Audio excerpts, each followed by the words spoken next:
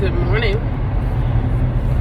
I just wanted to come to you all briefly as I begin my day. Thank you, couplets.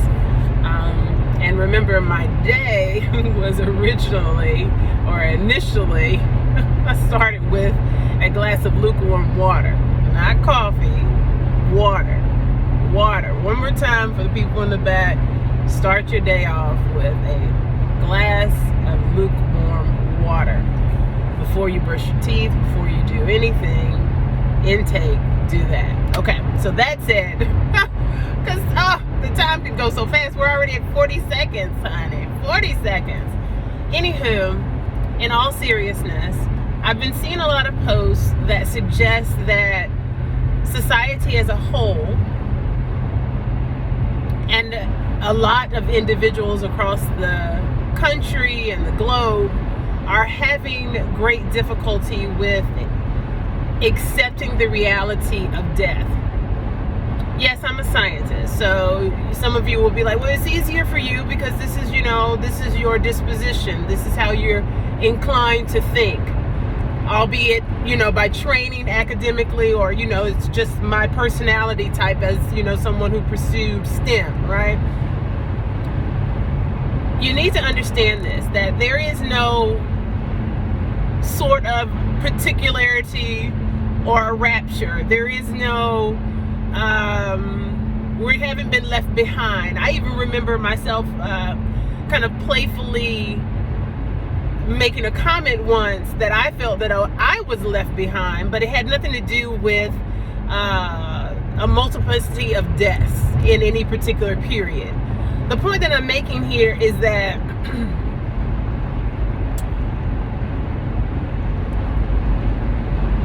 what you all are doing is psychologically unhealthy. To attempt to explain away the reality of death, the inarguable reality of death, and even the inarguable volume of deaths that are factual, statistical even, with some type of mystical explanations or mystical viewpoints or random psychologically dangerous POVs is just too much for others. It's one thing that, and I understand that there are certain generations right now that you live on Twitter, honey. Lord have mercy, you live on Twitter. And I understand that this is, your thing. But this is, it is not healthy. And I know that the psychologists will second me on this. I'm not a licensed psychologist or psychotherapist, but I have reiterated over and over again that I have the qualifications of a behavioral therapist. So I'm telling you from academic expertise, and I'm telling you from experience, it is not healthy. So whereas I have the expectation, and only scantily so, because there are some of you in this generation, these younger generations, you can break this habit because it's becoming a bit of a gateway drug of sorts, and it will be a bad gateway drug into the metaverse as well. You need to get a grasp on reality and realistic, hard physical science concepts. Yes, as fantastical as the earth is and the universe and all the things that you are discovering, that many people, they've known this for many moons. Many moons. We can go all the way back to Neanderthal, many moons, honey. There's nothing fantastical about it in the basal understanding. Now, of course, it's fantastical because, my gosh, it's bigger than us, and it's of course fantastical. But you can't be like this fantasy, this romanticizing, over romanticizing certain aspects of life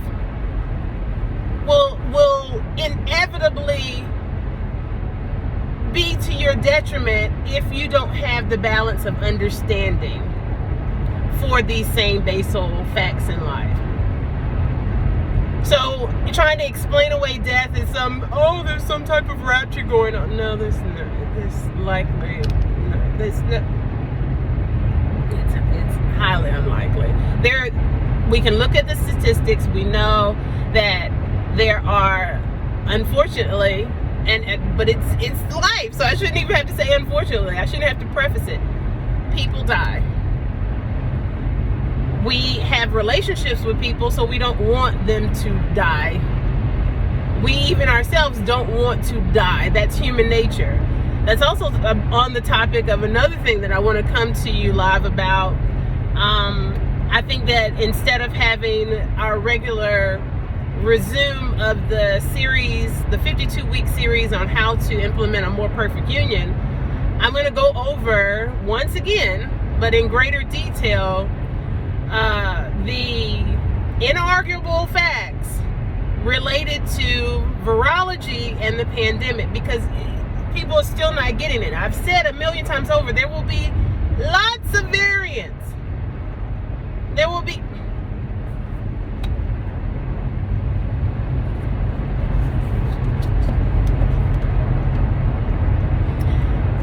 And I will say this as well. It has thus been irresponsible for my fellow scientists, albeit in different specialization. And I would imagine I'm going to deduce that it's less my scientists and more the big farm behind them, the economists and the lawyers sitting in that conference room for those same companies, because they're all in the same room. You got your lab scientists, your research lead, the economist, and your lawyer, all in that conference room deciding on whether or not to produce a booster shot, a booster vaccine. They've been irresponsible. They've been irresponsible. The same felonious nature that Pfizer was subjected to and convicted of, I believe, is exactly what's going on right now. And my suspicions aren't somehow left field because a federal judge has demanded immediate release of their records. Be mindful. None of this is scare tactics. This is not to make you feel that nothing in the world can be trusted. And this, again, is a great segue and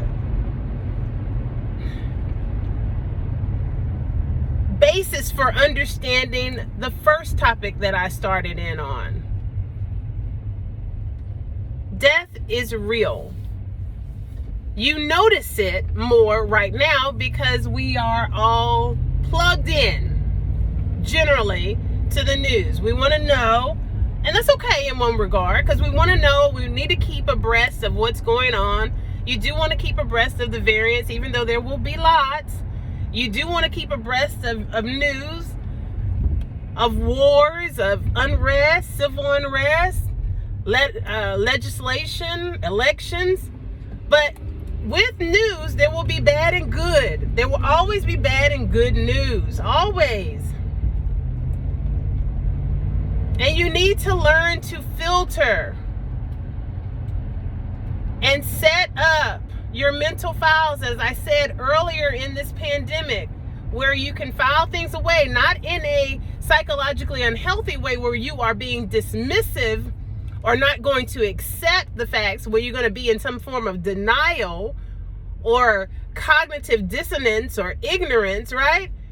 But you need to be able to compartmentalize this information that you're getting. Otherwise, you're going to find yourself in a mode of psychosis that you may not recover from. So to those of you out there who have platforms and who I thought for sure, I hoped, because I do, even though I know the reality mathematically and, and I think with emotional intelligence, I still have a hope that my peers, my academic peers, my leader peers will conduct themselves in a responsible manner. It is grossly irresponsible to suggest that there's some type of rapture going on. It's just getting on the ip train, just getting on the sensational train. And then when they see individuals like yourself do that, who younger generations or even peers who may not have the same understanding, they see that and then they deem it to be a heightened situation, especially spiritually, which is another conversation, So there's people who are, attributing this like, oh, well, 1999, we can attribute all these things spiritually, and then nothing really happened. And then it's like, oh, but the Bible says, and then in the Quran it says, and it projects, and all these things have been prophesied. And I invite you and encourage you, implore you to read on the self-fulfilling prophecy. The more you speak a thing into existence, into your life, into someone else's life, if there's a belief in response, then, honey, yeah, it can become exactly that which you speak. So stop it.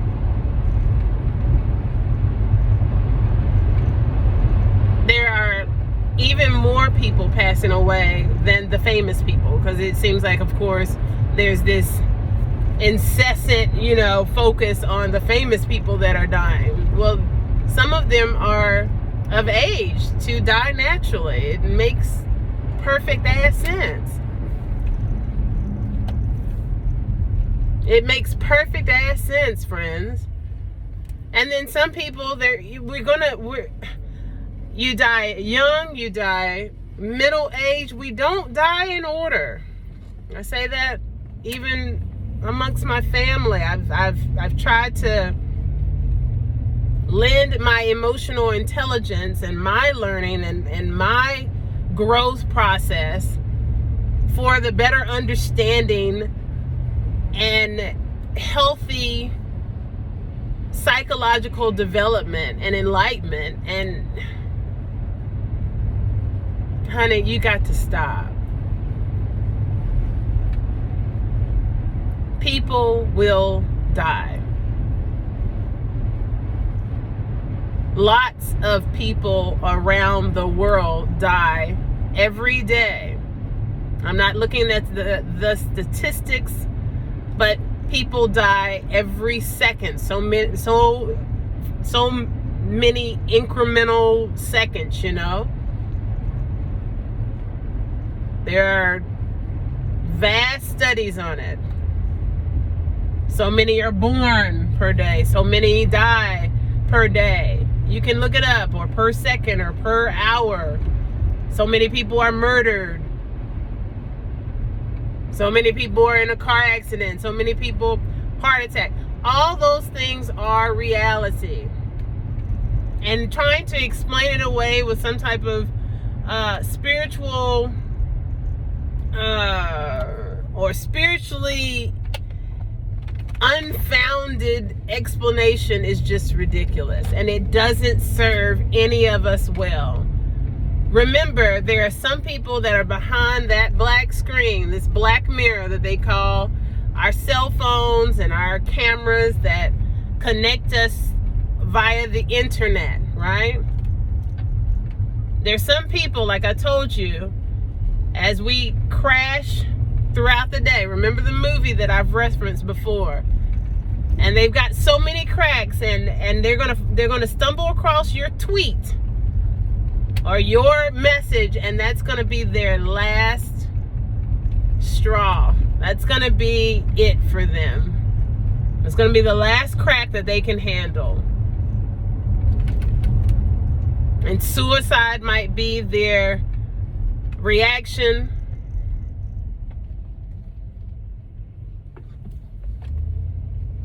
Violence upon another may be their reaction.